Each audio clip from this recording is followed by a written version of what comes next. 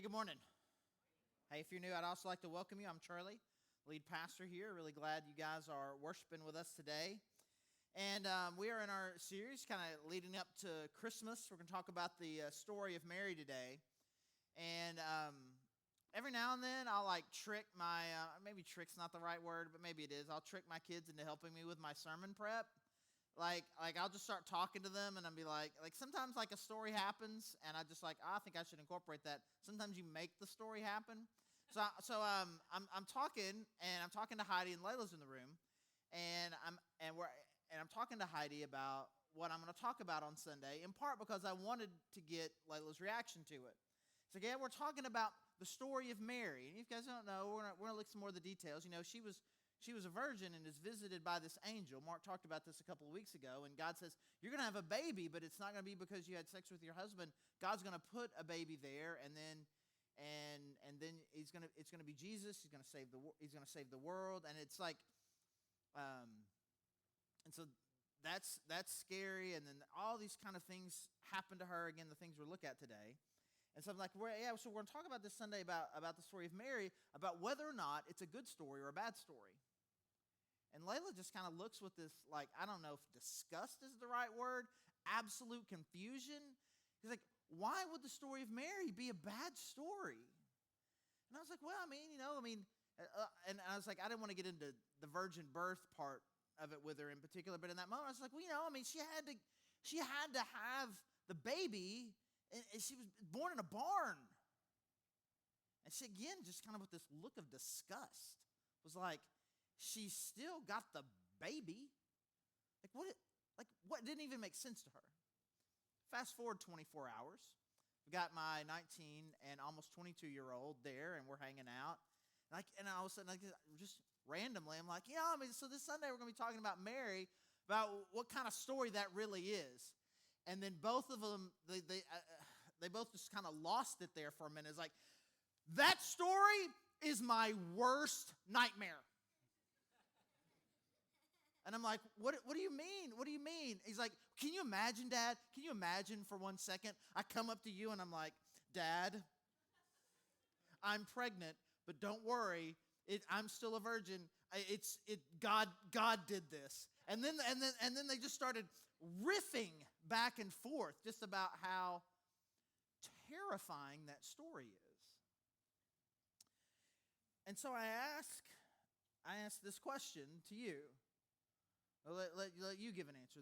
The story of Mary is blank. What is it? What is it to you?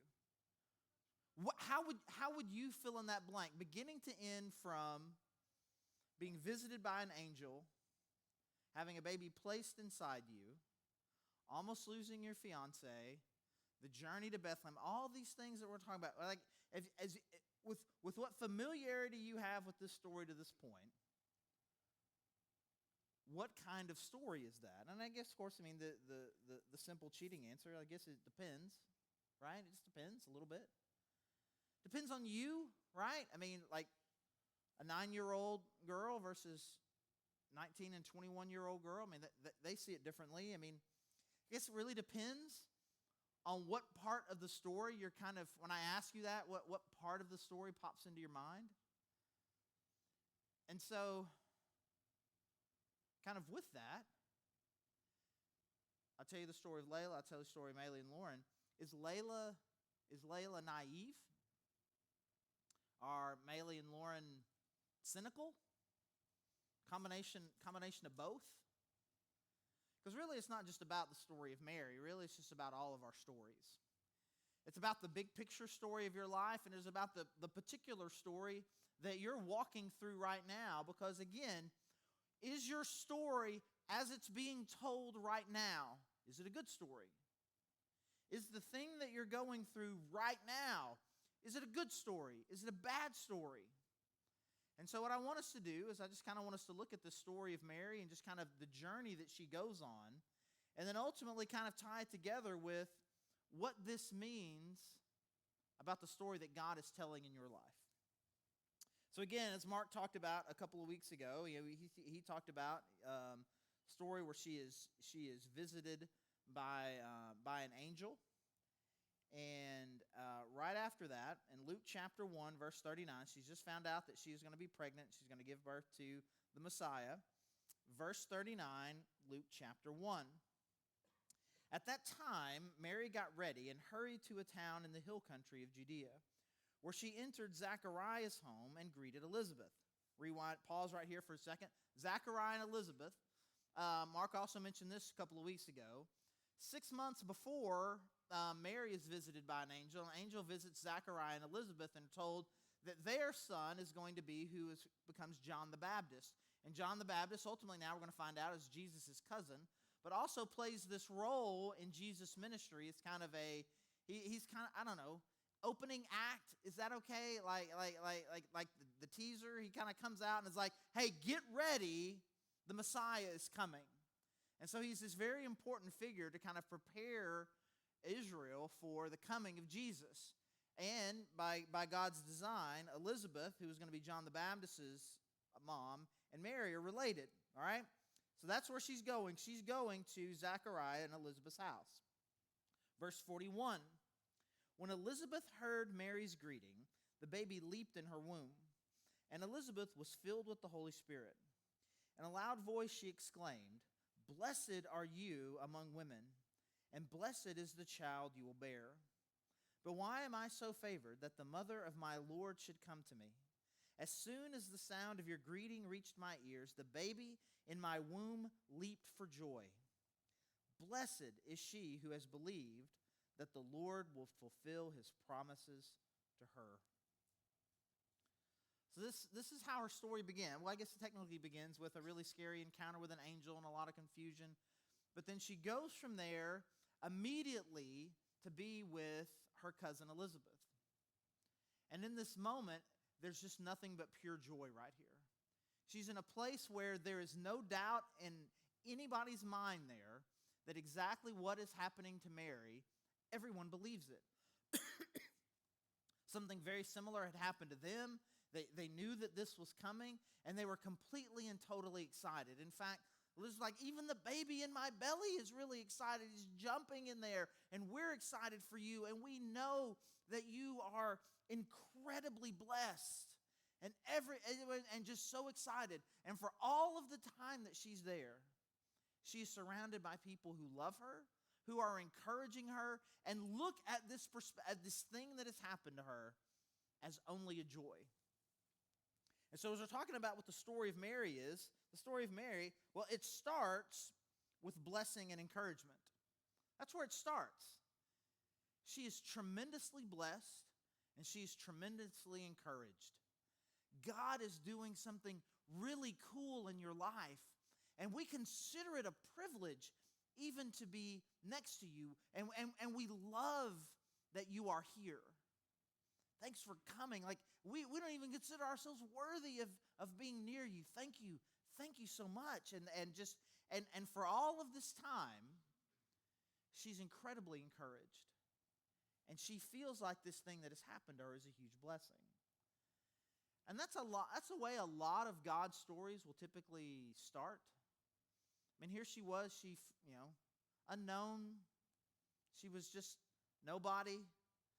And not sure what she was going through. And God saw her. God saw her and says, I'm going to do something really cool in your life. And he comes and he finds her in her isolation, in her just anonymity. And he says, I'm going to take you, just this ordinary person, and I'm going to do something incredible in your life and through your life. And probably for a lot of us, we probably do remember a moment when God did something in your life. It's like he just brought me from this place to this place. I was hurting, I was confused, I was alone, I was struggling. And what I needed was, I needed God's hand in some way. I needed his encouragement. I needed him to lift me up. You know, for a lot of people, the stereotypical story revolves around going to camp. Right? I was a kid, I went to this church camp. And this church camp thing happened. They call it the church camp high or church camp experience, where something really cool happens and you have this overwhelming sense of emotion. You have this sense of which, man, I know in this moment that God has me. And there's a lot of joy, and you're kind of carried on the emotion of this. And I would encourage you, if you find yourself in a different place than that right now, I would encourage you to look back. I would encourage you to look back in those moments where I knew God was there. And I knew that He was doing something in my life, and I knew that He was encouraging me and blessing me. Because that's often how these stories start. And that's how her story starts. It starts with this kind of blessing and encouragement. And it turns out, verse 56 of Luke chapter 1, that she was there for 3 months. Luke 1:56 says this: Mary stayed with Elizabeth for about 3 months and then returned home. So she was there for 3 months. If you think about it, it's the first 3 months of pregnancy. Not really showing her anything. And she's there, and she's surrounded by all these people who love and totally believe her. And she's with them there for 3 months. And it's a little bit, again, she's being carried around on this cloud, surrounded by people who love her and encouraging her. And then after 3 months, she has to go home. And what that feels like to me is a little bit like coming home from vacation. You know, you're coming home, you're on vacation, and for like a week, 3 days, 4 days, a weekend or whatever, you're like, I don't have a job. Maybe you're fortunate enough to be able to go, I ain't got no kids right now. Like I don't have any responsibilities. Everything around me is great. And this has been a weekend to remember. This has been one of the best weeks. And then suddenly that day before, you're like, all of a sudden you get notifications on your phone. It's time to check in for the flight. Or they slide the little thing under your door at the hotel. It's like, for me, make sure you got your check-in papers. Like, oh yeah, we gotta go home, where all the responsibilities and stuff are. And so Mary starts with blessing and encouragement, but ultimately what's going to happen next is it has a lot of twists and turns. There's a lot of twists and turns in her story. So now she goes home, and now she's definitely pregnant, right? And everyone knows. And the story that we talked about last week, in the way it was described in Matthew, it described what happened with Joseph was, and when she was found to be pregnant, basically then describes Joseph as completely devastated. He's like, I don't want to hurt you. I don't want to shame you too much, but obviously you and I can't continue with our engagement. We can't get married. And we don't really know how long a gap there was between the time that Joseph found out and the numerous conversations that I'm sure that they had, and the anxiety and the fear, when ultimately the angel then comes to visit Joseph and says, no, it's cool. It's going to be fine. God did this. You should take her as your wife. And He does. I mean, the shortest window of time it could be would be 1 day. But it was probably several days. And every one of those days, from the incredible amount of joy and acceptance and encouragement that she's feeling from her time with her cousins, has now turned into, I've come home, and now all of a sudden kind of life is punching me in the face. Now suddenly I'm about to lose my fiance. And suddenly I'm not around people whose babies are leaping with joy in their womb and talking about how I am blessed amongst all women, but I'm walking around, and all of a sudden people kind of take a step back and go, well, now there's rumors, and now there's weird looks, and now I'm about to lose my fiance. And so I'm guessing it was but God steps in there. God steps in there and gets Joseph back, but still She's still having to kind of just navigate what I would imagine is just a minefield of gossip and weird looks. But now we're finally getting to the end of the pregnancy. And then suddenly, just out of nowhere, the governor, the Roman governor of the region, says, "Hey, we're gonna do a census, and we need to find out who all's here, how many people there are, and where everybody's from. And in order to do this, you need to go back to the hometown of your extended family." Which, for some people might have been like, well, that's kind of cool. It's weird maybe if we don't get it, but it's kind of cool. We're all going to be like a family reunion. We'll all go back to where we're from. We'll get to see all of our extended family. It'll be really cool. And I'm imagining 8-month pregnant Mary was like, can we just not, though? I mean, I don't want to travel. And they were very poor. It wasn't like elegant travel. I mean, you've seen the pictures. At best, she was riding on a donkey. She probably had to walk for a lot of it. Miles. Like, this is the last thing that I want. And to be honest, can she be honest for a second? Not only is this the last thing I want to do, I want to travel. These aren't exactly, these aren't the people, Joseph, I don't want to be around your family right now. I see the way your family looks at me. I know what your family thinks about me. I know what they're saying. Can we just not? But, you don't get to veto the Roman governor. And so they do this. And so, again, for those of you who know the story, they get there, and the way that the story was always told was that there was no room in the inn, right? And we're going to look at this passage here in just a second as we kind of continue, but it wasn't just that there was no room at the inn. It's really not the right way to say it. It wasn't like in this really small rural town in first century Palestine that there were hotels. They were just in this small town where all of Joseph's extended family was, and now everybody's just trying to find a place to sleep. And if you had suddenly 30 people show up at your house, and you had to find beds, and now you've got to find priorities, who gets the first bed? The 8-month pregnant woman, right? Write that down.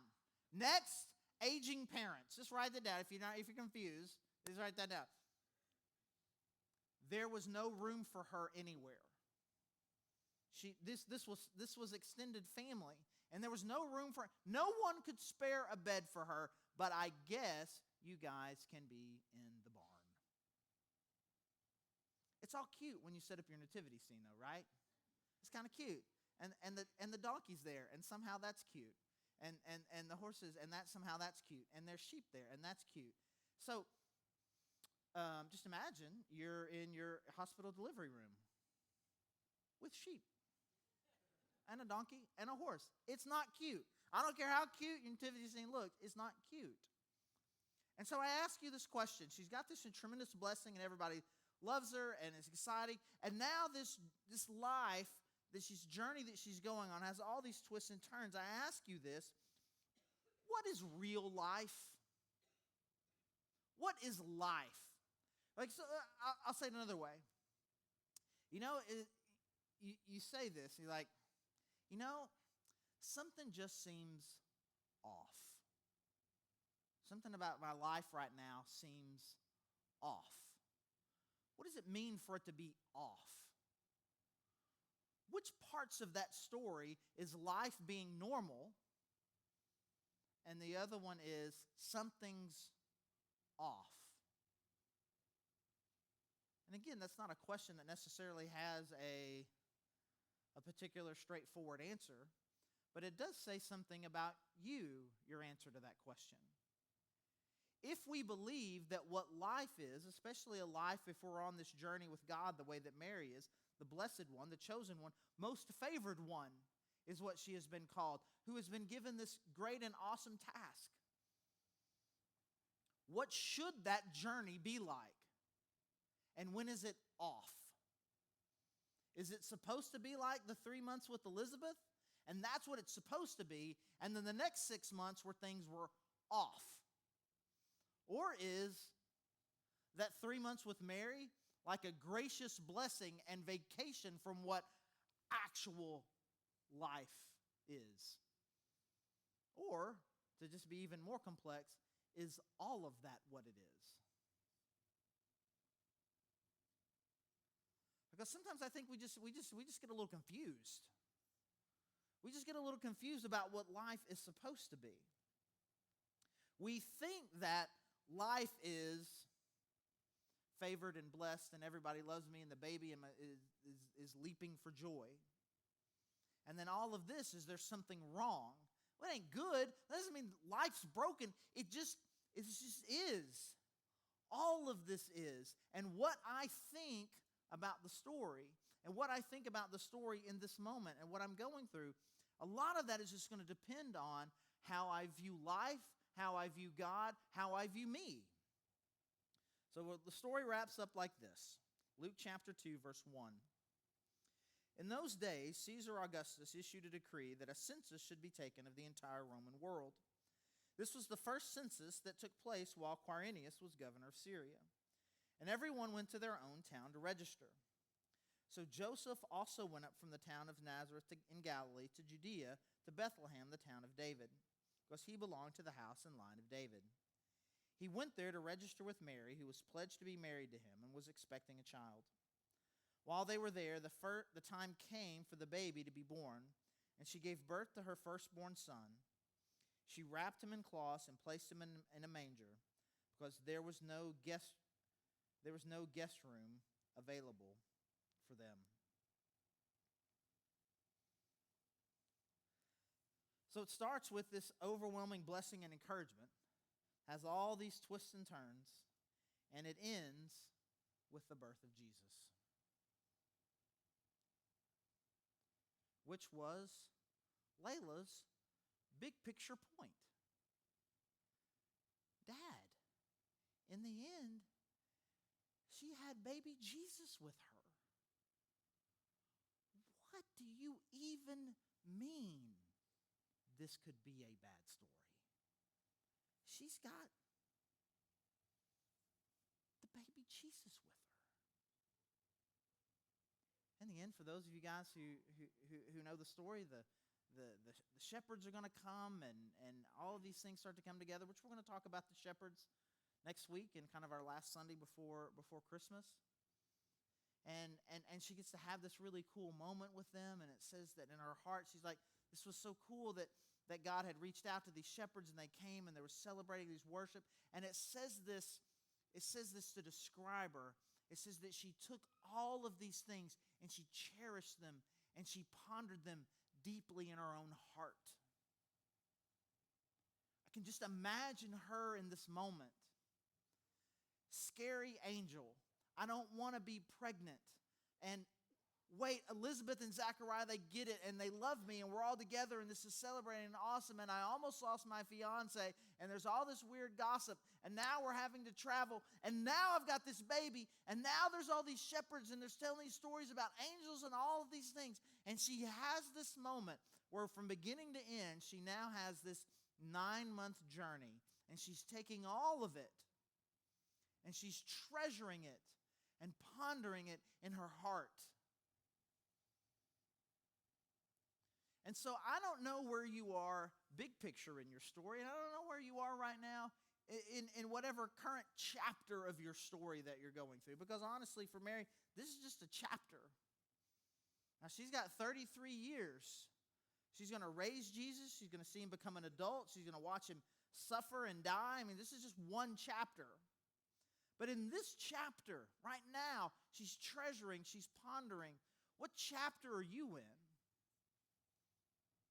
And I ask you this, as you're looking at your life and what God is doing in your life and what's going on with you, I ask this, which one of these describes you better? In light of the overwhelming blessings that God has put in my life, I just can't even see or remember the trials. Or, in light of the trials and the things that I have gone through, I just can't even really remember the blessings.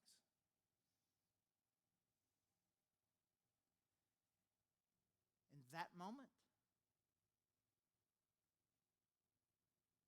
it was blessings for Mary.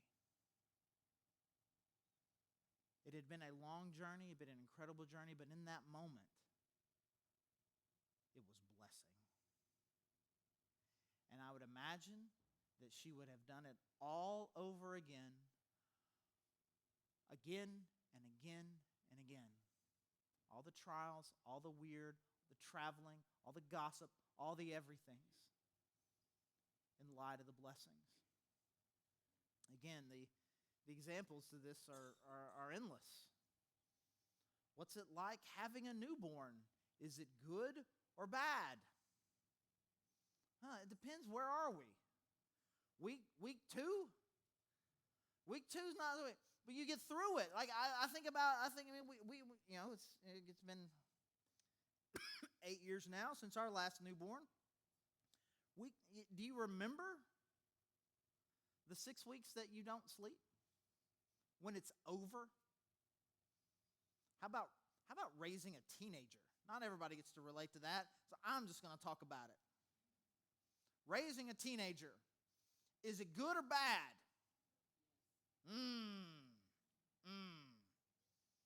It's all of it.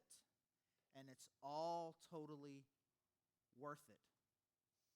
Marriage. Is it good or bad? Depends on that moment, right? In that moment, it's like, it depends on where I put my eyes at the moment. Am I focusing on the last fight we had? Am I focusing on the thing that she didn't quite do? Or am I focused on the overwhelming amount of joy that my spouse brings to me? Life walking with God, is it good or bad? It's good. And we need to put our eyes and our heart on that focus, that the blessing, my heart and mind are so much on the blessings that God brings to my life that it's hard for me to even remember the trial. Because in the end, for Mary, she went through a lot, but in the end, now for her it's going to be literal. At the end of her trial, she literally brought Jesus to the world. And that is the incredible opportunity that you have, metaphorically, spiritually. I'm in this chapter, I'm in this journey, I'm in this ups and downs of my life. And in the end, as I'm walking through it, the opportunity that I have is to bring Jesus to a world that needs it. Every trial that we've encountered, every blessing that we experience, every interaction that we have with God is an opportunity for us to bring the hope and life of Jesus to a world that desperately needs it.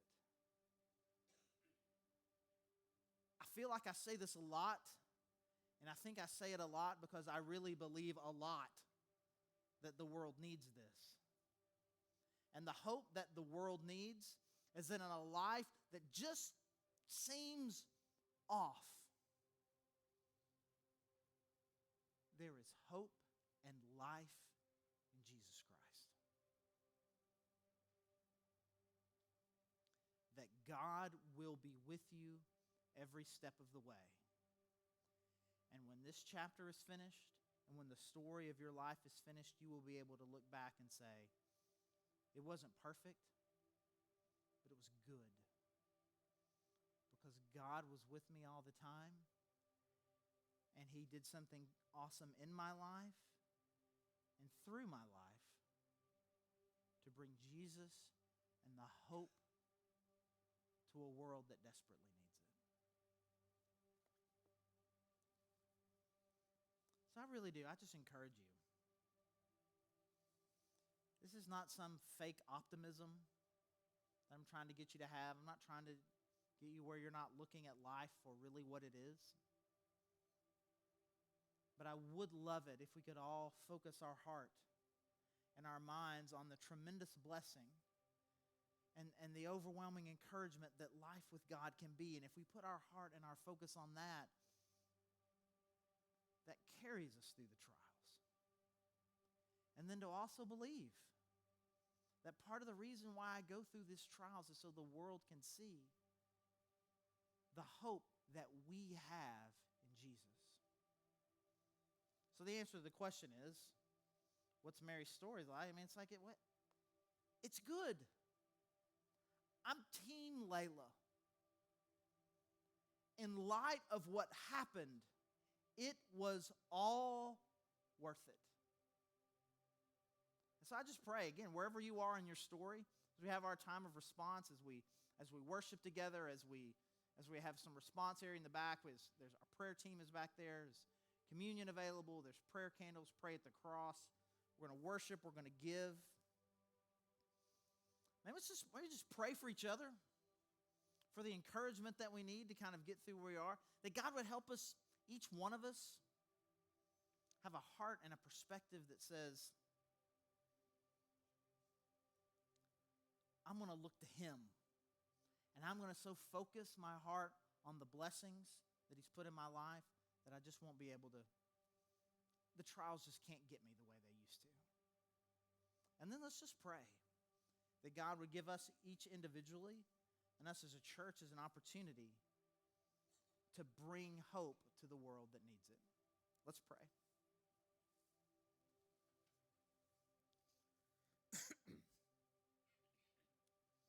God, I thank you. God, I thank you for Mary. I thank you for this journey that she's on. God, I thank you for the ups and downs of it. God, I thank you again, just with so many of these, they're just real. And God, in each one of our lives, God, you have touched us and done something really cool in our lives. And God, I pray that we would remember those awesome moments. And that God, wherever we are right now, if we're walking through a trial, or God, we're about to be on the other side of it, God, I pray that we would always remember and always have hope and always trust and know that you're in our story, and our story will end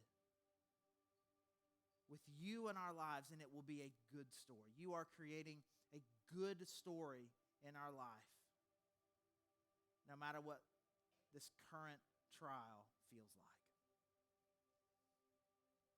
And God, I pray that we would bring that hope